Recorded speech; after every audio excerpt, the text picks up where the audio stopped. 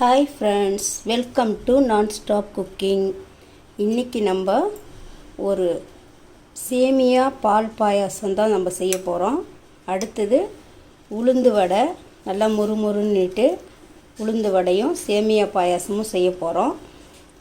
இன்றைக்கி ஆடி கிருத்திகை, முருகருக்கு ஒரு பிரசாதமாக வச்சு கும்பிடுறதுக்காக நம்ம இது மாதிரி செய்ய போகிறோம். வாங்க இது எப்படி செய்யலான்னு பார்க்கலாம்.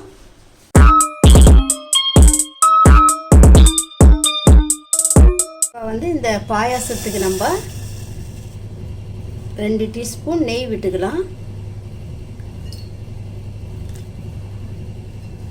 இதில் நல்லா முந்திரி, ஒரு 10 முந்திரி, பாதாம் ஒரு 6 பாதாம் பொடி பண்ணி வச்சுருக்கேன், ஒன்றும் பாதியமாக அதையும் போட்டுக்கலாம்.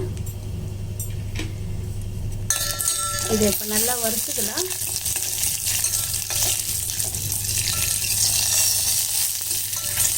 தீ கம்மியாக வச்சு நம்ம நல்லா ஒரு முருகலாக வறுக்கணும். அப்படியே பாருங்கள், இது போல் தீயை வைக்கக்கூடாது.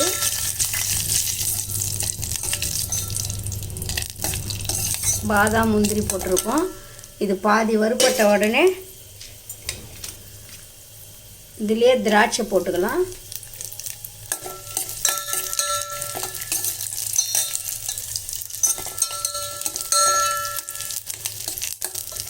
இப்போ இது நல்லா வறுபட்டுச்சு. இதை ஒரு பாத்திரத்தில் எடுத்துக்கலாம். இப்போ இதில் 1 கப்பு சேமியா போட்டுக்கலாம்.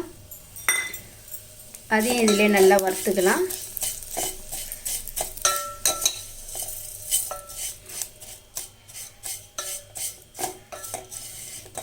இது நெய்யிலே நல்லா வறுத்துக்கணும். இதை சேமியாவை தீ கம்மியாக போட்டு வறுக்கணும்.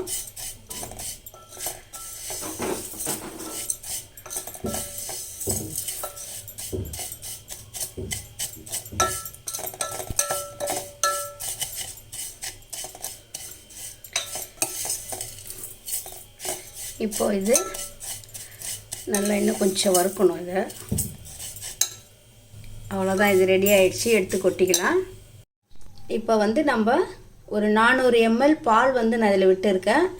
இதில் ஒரு 50 மில்லி தண்ணி ஊற்றிருக்கேன். இது நல்லா கொதி வரட்டும். இப்போ பால் நல்லா கொதி வந்துடுச்சு.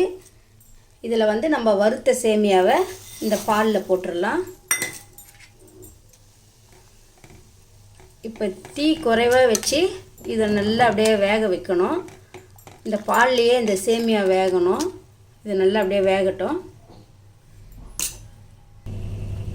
இப்போ சேமியா வெந்துடுச்சு. இதில் நம்ம இதில் ஒரு 3 ஏலக்காய் நசுக்கி வச்சுருக்கேன், அதையும் இதிலே போட்டுடலாம். நம்ம இதில் 400 மில்லி பால் ஊற்றி 50 மில்லி தண்ணி ஊற்றி வச்சுருக்கேன். இதில் இப்போ நம்ம எக்ஸ்ட்ராவாக 1/2 லிட்டரில் 100 பால் எடுத்து வச்சுருந்தேன், அதையும் இதிலே ஊற்றிடலாம்.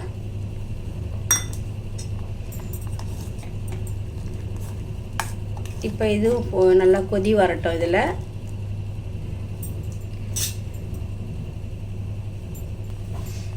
இப்போ நம்ம ஒரு 1/4 கப்புக்கு கொஞ்சம் அதிகமாக சர்க்கரை போட்டுக்கலாம். சர்க்கரை உங்களுக்கு இனிப்புக்கு எவ்வளோ வேணுமோ அந்த அளவுக்கு நீங்கள் போட்டுக்கலாம். இந்த அளவு இப்போ கரெக்டான அளவாக இருக்கும். உங்களுக்கு வேணும்னா இன்னும் அதிகமாகவும் போட்டுக்கலாம்.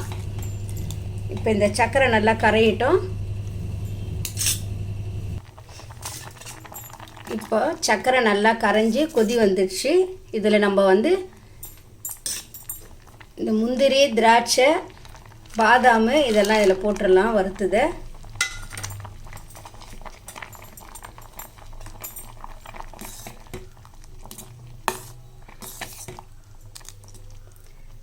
அவ்வளோதான். இப்போ இது ரெடி ஆயிடுச்சு. சேமியா பால் பாயாசம் ரெடி ஆயிடுச்சு பாருங்கள். இப்போ இதே மாதிரி நீங்களும் உங்கள் வீட்டில் செஞ்சு பாருங்கள். ரொம்ப அருமையான டேஸ்ட்டாக இருக்கும். இது செஞ்சு பார்த்துட்டு இது எப்படி இருக்குன்ட்டு சொல்லுங்கள். இப்போ நம்ம உளுந்து வடை செய்கிறதுக்கு 200 கிராம் உளுந்து நல்லா கழுவிட்டு ஒரு 2 ஹவர் ஊற வச்சுருக்கேன் நான்.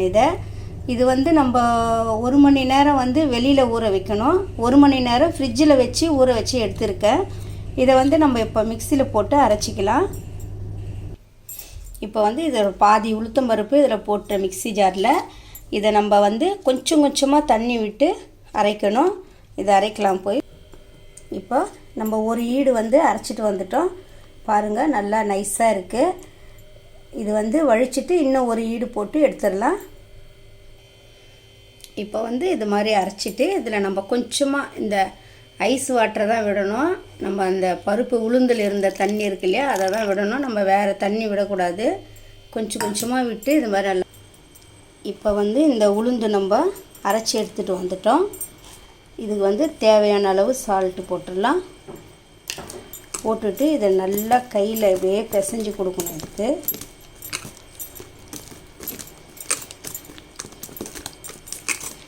நல்லா இப்படி பிசையணும். அப்போ தான் நல்லா வடை வந்து நல்லா சாஃப்டாக இருக்கும்.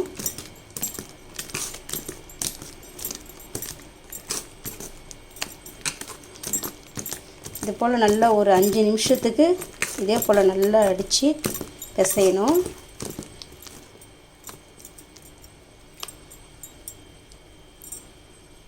இப்போ இது நல்லா சால்ட்டு போட்டு நல்லா பிசைஞ்சிட்டோம். இப்போ வந்து இதில் வந்து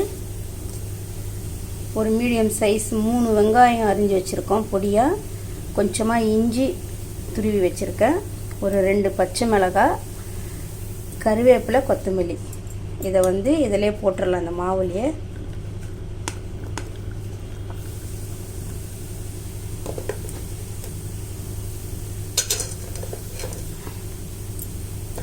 இதில் போட்டு இப்போ இதை நல்லா பிசைஞ்சிக்கலாம்.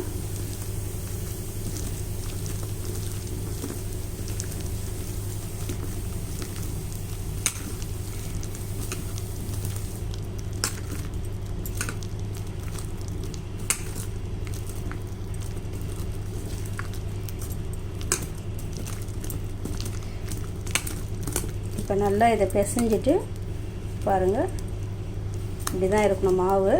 இப்போ நம்ம வந்து கடாயில் எண்ணெய் ஊற்றி இப்போ வடை போடலாம்.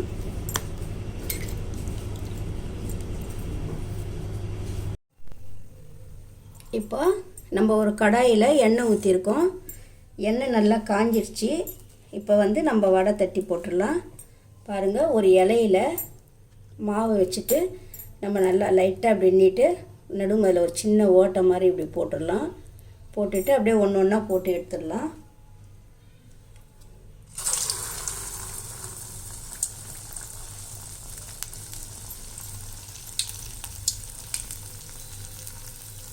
ஒரு வடையை போட்டு எடுத்துடலாம்.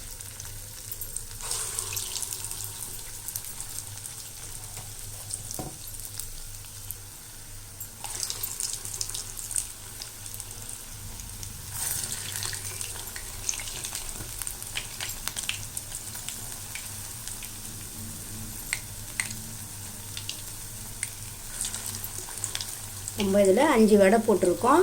இது நல்லா வெந்ததுக்கப்புறம் திருப்பி போடலாம். இப்போ நல்லா ஒரு பக்கம் செவந்துடுச்சு. இப்போ நம்ம திருப்பி போட்டுக்கலாம்.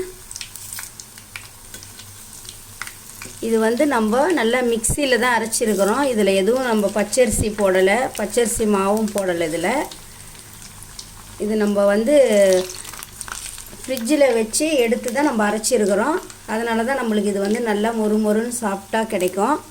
இதே மாதிரி நீங்களும் ஃப்ரிட்ஜில் வச்சு மாவு அரைங்க. பாருங்கள் எவ்வளோ நல்லா மொறுமொறுன்னு இருக்குது இந்த வடை. இப்போ நம்ம திருப்பி போட்டோம். இது நல்லா வேகட்டும். இப்போ 2 பக்கமும் நல்லா வெந்துடுச்சு. பாருங்கள் எவ்வளோ நல்லா வெந்து எப்படி நல்லா மொறுமொறுப்பாக எப்படி நல்லா இருக்குது பாருங்கள் வடை. இது போல் நீங்களும் இதே மெத்தட்லேயே செய்யுங்க. நம்ம இந்த சேமியா பாயாசமும் இந்த உளுந்து வடையும் ரெண்டுமே செஞ்சு பாருங்கள். பாருங்கள், இது அப்படியே நம்ம ஒரு தட்டில் எடுத்துடலாம். அவ்வளோதான், 2 பக்கமும் நல்லா வெந்துடுச்சு. இந்த வடை ரெடி ஆயிடுச்சு. இதை எடுத்துடலாம். பாருங்கள் எவ்வளோ நல்லா இருக்குது. இதே மாதிரி நம்ம எல்லா மாவையும் போட்டு எடுத்துக்கலாம். இதே மெத்தடில் நீங்கள் செஞ்சு பாருங்கள். செஞ்சு பார்த்துட்டு எப்படி இருக்குன்னு சொல்லுங்கள்.